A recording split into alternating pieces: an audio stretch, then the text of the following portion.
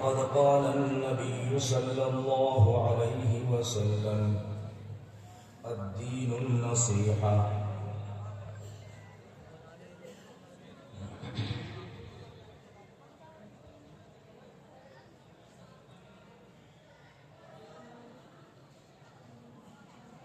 Stage پر تشریف فرما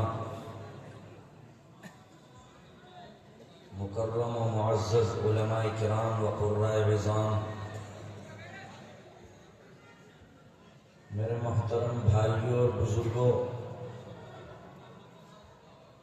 نوجوان ساتھیوں اور پردہ نشین خواتین،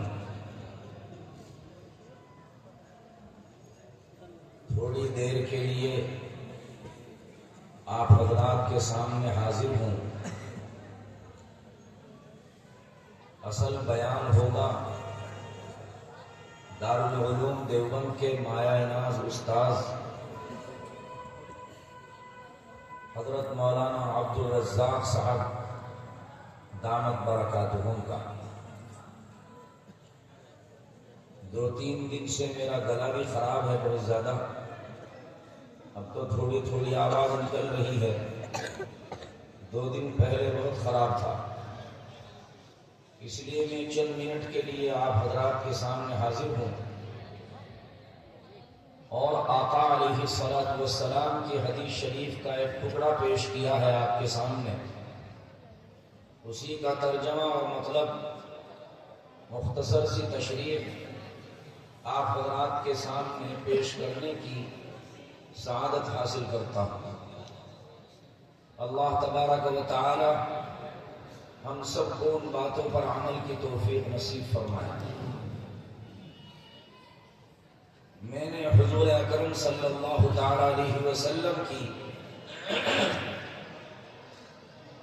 حدیث شریف کا ایک ٹکڑا پیش کیا جس کے صرف 2 لفظ ہیں۔ فرمایا نبی کریم صلی اللہ علیہ وسلم نے الدین النصیحہ۔ میں کہا کرتا ہوں کہ آقا علیہ الصلوۃ والسلام نے صحابہ کرام رضوان اللہ علیہم اجمعین کے سامنے لمبی چوڑی تقریریں نہیں فرمائیں، مختصر تقاریر آپ فرمایا کرتے تھے۔ چھوٹے چھوٹے آپ کے ارشادات ہیں، چھوٹی چھوٹی مختصر سی آپ کی تقریریں ہیں جو آپ صحابہ کرام رضوان اللہ علیہم اجمعین کو سنایا کرتے تھے، مگر انہی مختصر سی باتوں کو سن کر صحابہ کرام جیسی مقدس اور پاک باز جماعت تیار ہو گئی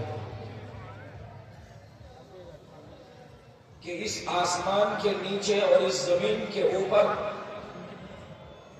انبیاء کرام علیہ السلام کے بعد ایسی مقدس اور پاک باز جماعت اس دنیا میں نہیں آئی جیسے صحابہ کرام رضوان اللہ علیہم اجمعین۔ وجہ کیا ہے؟ حضور اکرم علیہ السلام کی زیارت کے علاوہ ایک بنیادی وجہ یہ ہے کہ وہ نبی کریم صلی اللہ علیہ وسلم کے ارشادات کو سن کر ایک کان سے سن کر دوسرے کان سے نہیں نکالتے تھے،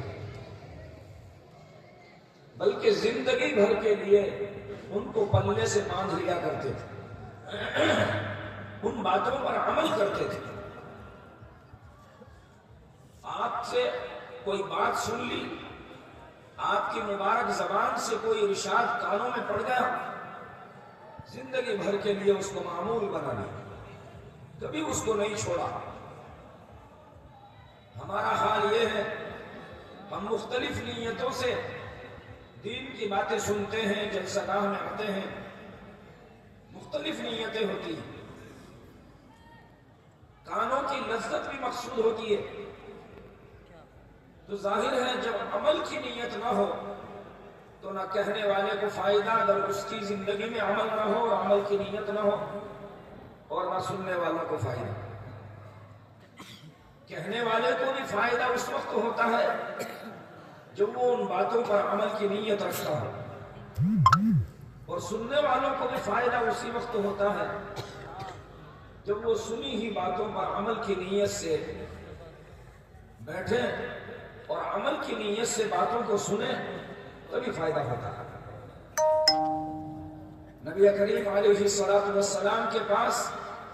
ایک صحابی آتے ہیں، آ کر کے پوچھتے ہیں کہ یا رسول اللہ مجھے کوئی نصیحت فرما دیجیے۔ حضرت جابر بن سلیم رضی اللہ تعالیٰ عنہ، نبی کریم صلی اللہ تعالیٰ علیہ وسلم نے ارشاد فرمایا لا تسبن احدا، کبھی کسی کو گالی مت دینا۔ بس زندگی بھر کے لیے ان صحابی نے اس کو معمول بنا لیا۔ سال ہا سال کے بعد آپ کی نبی کریم علیہ السلام کی وفات کے بعد اپنے شاگردوں سے حدیث شریف بیان کر رہے ہیں، یہ واقعہ بھی بیان کیا، اور ساتھ ساتھ یہ بھی کہا کہ میں نے آج تک کبھی کسی جاندار کو، کسی بے جان چیز کو گالی نہیں دی، کبھی کسی کو گالی نہیں دی، زندگی بھر کے لیے معمول بنا لیا۔ ہمارا حال یہ ہے، ہماری زبان سے ہر وقت گالی نکلتی ہے، بیوی بچوں کے لیے گالی، اسی طرح سے آدمی گاڑی چلا رہا ہے، موٹر سائیکل چلا رہا ہے، کاشتکار اپنی بوگی چلا رہا ہے، تو وہ جو چھوٹا بھینسا گاڑی میں چل رہا ہے بوگی میں، اسی کو گالی دیتے جا رہا ہے۔ آپ نے گھر میں کوئی پودا لگایا یا اپنے کھیت کے کنارے کوئی پودا لگایا، وہ ٹھیک سے نہیں چل رہا ہے، اسی کو گالی دینی شروع کر دی۔ تو بے جان چیز بھی ہماری زبان سے محفوظ نہیں، اور جاندار چیز بھی ہماری زبان سے محفوظ نہیں، انسان بھی ہماری زبان سے محفوظ نہیں، جانور بھی ہماری زبان سے محفوظ نہیں، سب کو ہماری زبان سے گالی نکلتی ہے۔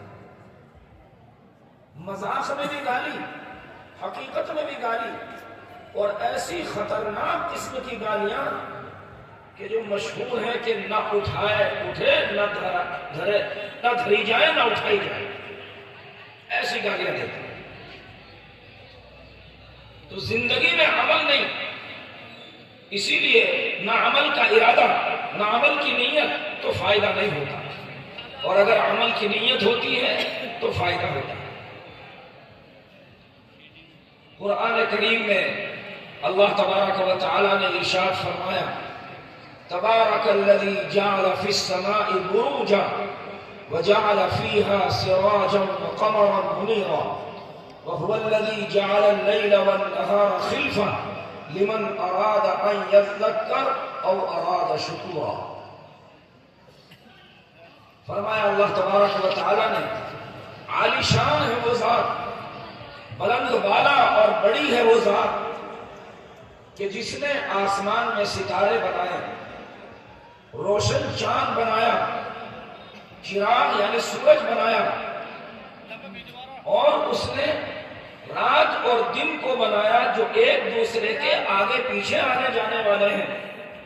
دن جاتا ہے، رات آتی ہے، رات جاتی ہے، دن آتا ہے، اسی طرح سے ہزاروں سال سے نظام چل رہا ہے۔ اللہ تعالیٰ نے ارشاد فرمایا یہ اللہ کی قدرت کی نشانیاں ہیں، مگر ان نشانیوں سے اسی کو فائدہ ہوتا ہے لمن اراد ان یذکر او اراد شکورا، جو نصیحت حاصل کرنے کا ارادہ رکھتا ہو اور اللہ کا شکر ادا کرنے کا ارادہ رکھتا ہے۔ اگر اس کا عمل کا ارادہ نہیں، نصیحت حاصل کرنے کا ارادہ نہیں، شکر گزاری کا ارادہ نہیں، عمل کا ارادہ نہیں، کتنی ہی اللہ کی قدرت کی نشانیاں اس کے سامنے بیان کر دی جائیں، کوئی فائدہ نہیں ہونے والا ہے۔ اللہ خود فرماتا ہے لمن اراد ان یذکر او اراد شکورا۔ اس لیے میرے بھائیوں اور نوجوان ساتھیوں، بزرگوں، کہنے والے کا بھی ارادہ، میں اپنے کو پہلے کہہ رہا ہوں، کہنے والے کا بھی ارادہ عمل کا ہونا چاہیے اور سننے والوں کا بھی ارادہ عمل کا ہونا چاہیے، تب فائدہ ہوتا ہے۔ میں نے آپ کے سامنے ایک مختصر سی حدیث شریف پیش کی ہے۔ حضور اقدس صلی اللہ تعالی علیہ وسلم نے ارشاد فرمایا، الدین النصیحہ، دین نام ہے خیر خواہی کا۔ سمجھ لو اچھی طرح بات، دین نام ہے خیر خواہی کا، دین نام ہے دوسروں کی بھلائی چاہنے کا، دین نام ہے دوسروں کے ساتھ اچھے سلوک کرنے کا، دین نام ہے دوسروں کو خود پیاسا رہ کر دوسروں کو پانی پلانے کا،